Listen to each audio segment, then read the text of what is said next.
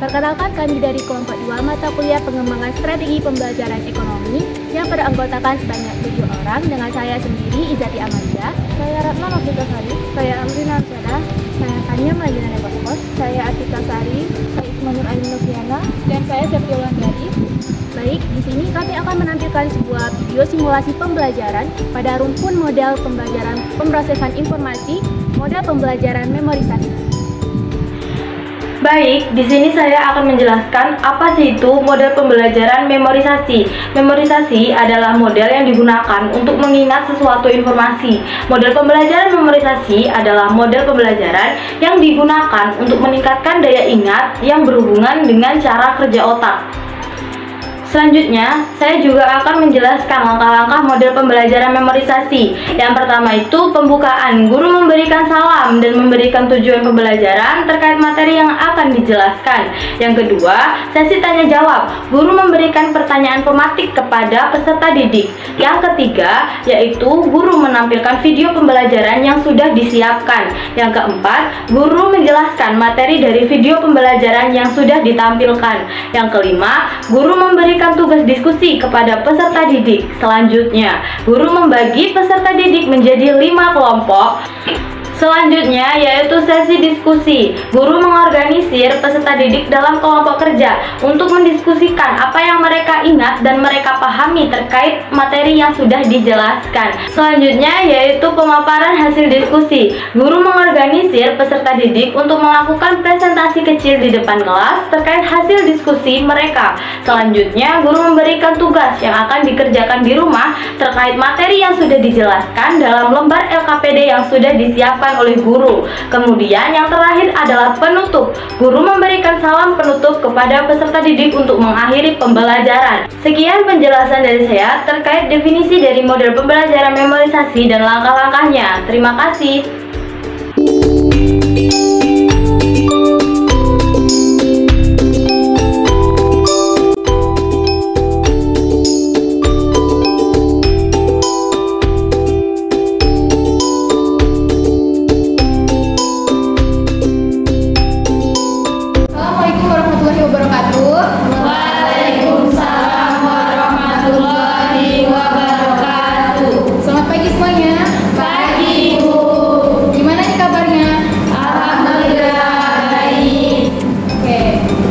Sebelum mulai pembelajaran, siapkan diri kalian terlebih dahulu ya. Buku yang belum dikeluarkan harap dikeluarkan dan berlayar rapi. Oke, sebelum memulai pembelajaran pada hari ini, alangkah baiknya kita berdoa terlebih dahulu. Berdoa menurut agama dan kepercayaannya masing-masing. Berdoa mulai. Berdoa selesai. Oke, ibu absen kuliah untuk hari ini. Andi, Ibu Tika, tadi Ibu Weri, Ibu Siti, ada Bu Amalia Agustin, Lisa, ada Bu Diana, ada Bu Ratna, Iza, ada Bu Tania, ada Bu Amrina, ada Bu Atika, ada Bu Uzi, ada Tiara, ada Bu Yati, ada Bu Mutia, ada Bu Dina, ada Bu Gerda, ada Bu Dimas, ada Bu. Oke, materi kita hari ini yaitu tentang uang. Nah, sebelum kita masuk ke materi, Ibu akan menjelaskan tujuan dan manfaat kita dalam pembelajaran materi uang ini. Yaitu, Ibu harap kalian nantinya dapat memahami terkait dengan uang dan konsep uang. Lalu, kalian juga dapat mengetahui asal-usul uang, dapat mengidentifikasi jenis-jenis uang dan juga fungsi-fungsi uang. Dan juga, kalian dapat mengetahui tentang perbankan dan pengelolaan uang yang ada di Indonesia. Ibu ingin mengajukan beberapa pertanyaan pada kalian. Nah, yang pertama, di sini ada nggak yang tahu apa itu uang dalam kehidupan sehari-hari? Ibu, boleh dikit? Uang adalah alat tukar yang digunakan oleh masyarakat. Uang juga biasanya digunakan dalam pembayaran atau pembelian suatu barang. Nah, benar banget apa yang dibilang Dika tadi ya. Jadi uang itu adalah alat tukar yang diterima secara umum oleh masyarakat. Nah, biasanya uang itu digunakan untuk pembayaran ataupun pembelian barang-barang. Nah, selain itu uang juga dapat digunakan sebagai alat tukar, alat penimbun kekayaan, dan juga bisa digunakan dalam pembayaran yang sah. Oke, lanjut ke pertanyaan selanjutnya. Mengapa sih kita sebagai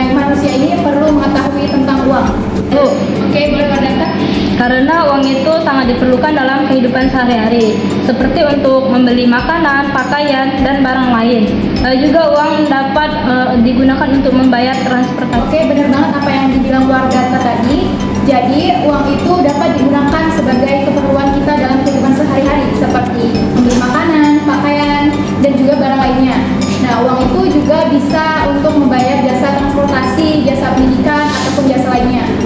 Nah, apalagi uang itu sangat dibutuhkan dalam kehidupan sekarang ini, yaitu di zaman modern yang semuanya membutuhkan uang.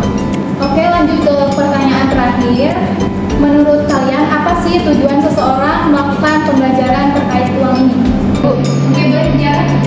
Tujuannya itu untuk memahami tentang uang dan juga dapat membedakan jenis-jenis uang. Benar banget apa yang dibilang sama Mutiara tadi. Nah, selain yang disebutin oleh Mutiara tadi, kita itu perlu belajar uang juga untuk meningkatkan kemampuan terhadap pengelolaan uang dan juga literasi keuangan. Oke, di sini Ibu sudah menyiapkan video pembelajaran. Sebaiknya kalian tonton terlebih dahulu ya.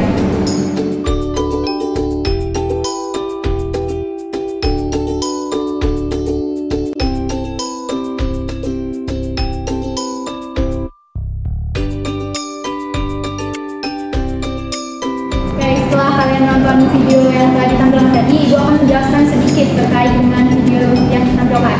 Jadi sebelum ada uang untuk memenuhi kebutuhan, manusia itu saling bertukar barang. Nah, itulah yang dinamakan sistem barter. Nah, contohnya itu seperti dulu kan belum ada uang, jadinya kita itu saat membeli roti. Nah, itu kita adanya hanya hasil perkebunan kayak sayuran, buah-buahan. Nah, itu kita tukarkan untuk mendapatkan roti tersebut. Selanjutnya, apa itu uang?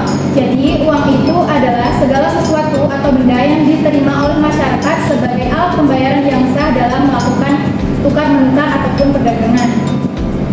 Jadi, uang ini dikenal pertama kali di Cina, lebih kurangnya 2700 sebelum Masehi oleh uang Kaisar Kuning.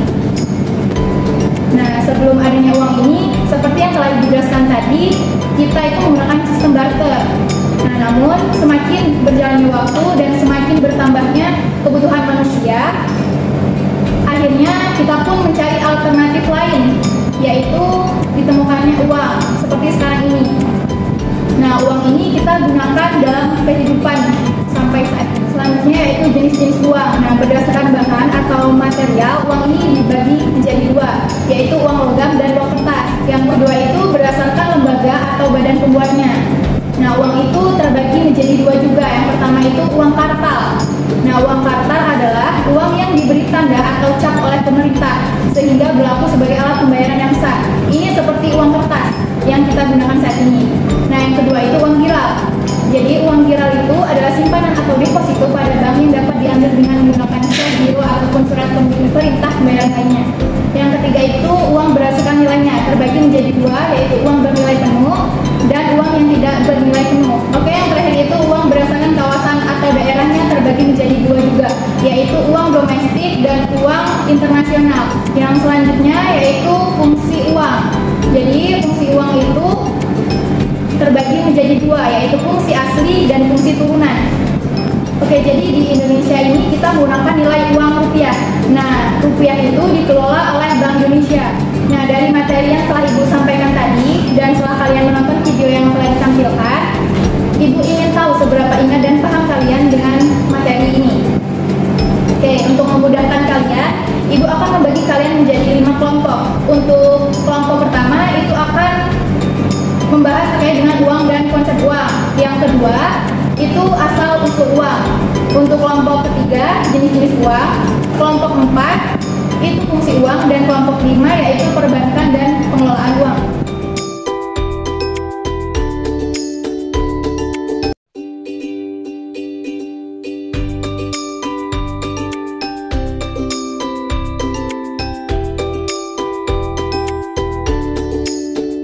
Oke, waktu diskusinya udah habis.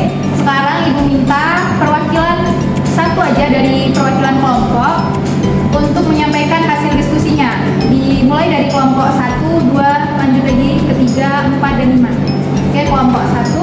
Baiklah, saya perwakilan dari kelompok 1 akan menyampaikan hasil diskusi kami mengenai pengertian uang dan konsep uang.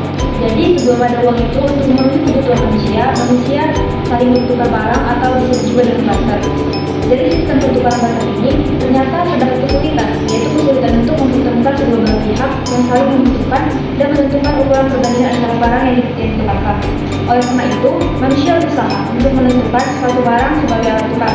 Oleh karena itu, suatu negara menentukan penggunaan uang sebagai alat tukarnya, sehingga pengertian uang tersebut adalah segala sesuatu benda yang diterima secara umum oleh masyarakat sebagai alat pembayaran yang sah yang digunakan sebagai alat tukar menukar atau perdagangan.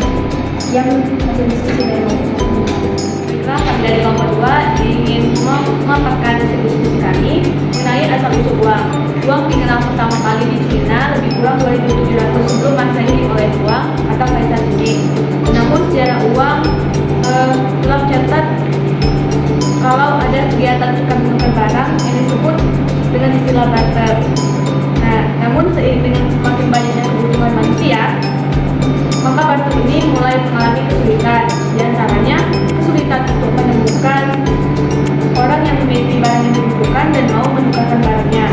Yang kedua, tidak adanya standar nilai untuk dipertukarkan. Dan kesulitan tersebut, akhirnya cara barter pun ditinggalkan dan manusia mulai mencari alternatif benda lain untuk dipergunakan dalam proses pertukaran. Ada beberapa syarat agar sebuah benda dapat dikatakan sebagai uang, yaitu dapat diterima, setiap waktu dapat ditukar dengan barang apa saja dan sulit mendapatkannya. Itu saja, terima kasih. Baik, di sini saya akan menyampaikan hasil diskusi dari kelompok kami, yaitu tentang jenis uang. Jenis uang digolongkan berdasarkan pertama itu berdasarkan bahan uang dibagi menjadi dua, uang logam dan uang kertas. Kemudian yang kedua berdasarkan lembaga atau badan pembuatnya dibagi menjadi dua, yaitu uang kartal dan uang viral. Yang ketiga berdasarkan nilainya, uang dibagi menjadi dua, uang yang bernilai penuh dan uang yang bernilai tidak penuh. Dan yang terakhir berdasarkan kawasan atau daerah uang dibagi menjadi dua, uang domestik dan uang internasional. Sekian dari kelompok kami, terima kasih. Baik, saya teman-teman dari kelompok 4 akan menjelaskan mengenai Jadi berdasarkan hasil diskusi tadi mengenai fungsi uang, nanti dapat mengetahui bahwasanya fungsi uang itu terbagi menjadi dua, yang pertama sebagai fungsi asli dan yang kedua sebagai fungsi turunan. Untuk fungsi asli itu juga sebagai fungsi primer. Terbagi menjadi dua, yaitu yang pertama uang sebagai alat pertukaran, artinya uang digunakan untuk mempermudah kegiatan pertukaran dalam kegiatan ekonomi. Dan yang kedua artinya uang sebagai satuan harga, artinya dalam pertukaran nilai suatu barang maka diperlukan uang tersebut. Misalnya kami dari kelompok 5 akan menjelaskan mengenai hasil dari diskusi kami yang tentang perbankan dan pengelolaan uang, di mana kami dapat menyimpulkan dalam menjalankan kegiatan pengelolaan uang rupiah tersebut, Bank Indonesia merupakan satu-satunya lembaga yang berwenang melakukan pengeluaran, pengedaran, serta pencabutan dan penarikan uang rupiah dari peredaran dari masyarakat. Dan Bank Indonesia menetapkan unsur-unsur pengaman pada uang rupiah untuk melindunginya dari pemalsuan. Unsur pengaman tersebut dibagi menjadi 3 tingkatan, yaitu terbuka, semi tertutup, dan tertutup. Baiklah, itu saja. Oke, udah benar ya tadi hasil penyampaian diskusi yang udah diwakilin sama kelompoknya masing-masing. Kita beri aplaus dulu. Oke, jadi uang itu adalah segala sesuatu yang diterima oleh masyarakat sebagai alat tukar atau alat pembayaran yang sah. Nah, sebelum adanya uang ini kita menggunakan barter. Nah, uang ini terbagi menjadi 4, yaitu berdasarkan bahan, berdasarkan lembaga atau badan pembuatnya, berdasarkan nilainya, dan juga berdasarkan kawasan atau daerah. Jadi uang ini memiliki 2 fungsi, yaitu fungsi asli dan fungsi turunan. Uang yang dikeluarkan di Indonesia ini yaitu rupiah. Nah, rupiah itu dikelola oleh Bank Indonesia. Oke, mungkin itu saja materi kita untuk hari ini. Untuk minggu depan kita sudah memasuki materi tentang kelangkaan.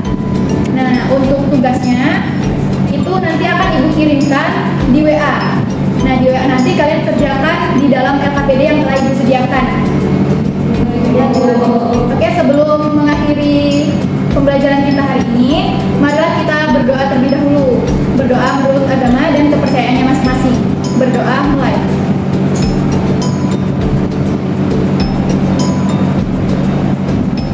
Berdoa selesai. Oke, Ibu akhiri. Wassalamualaikum warahmatullahi wabarakatuh. Waalaikumsalam warahmatullahi wabarakatuh. Jangan lupa dikerjakan ya tugasnya.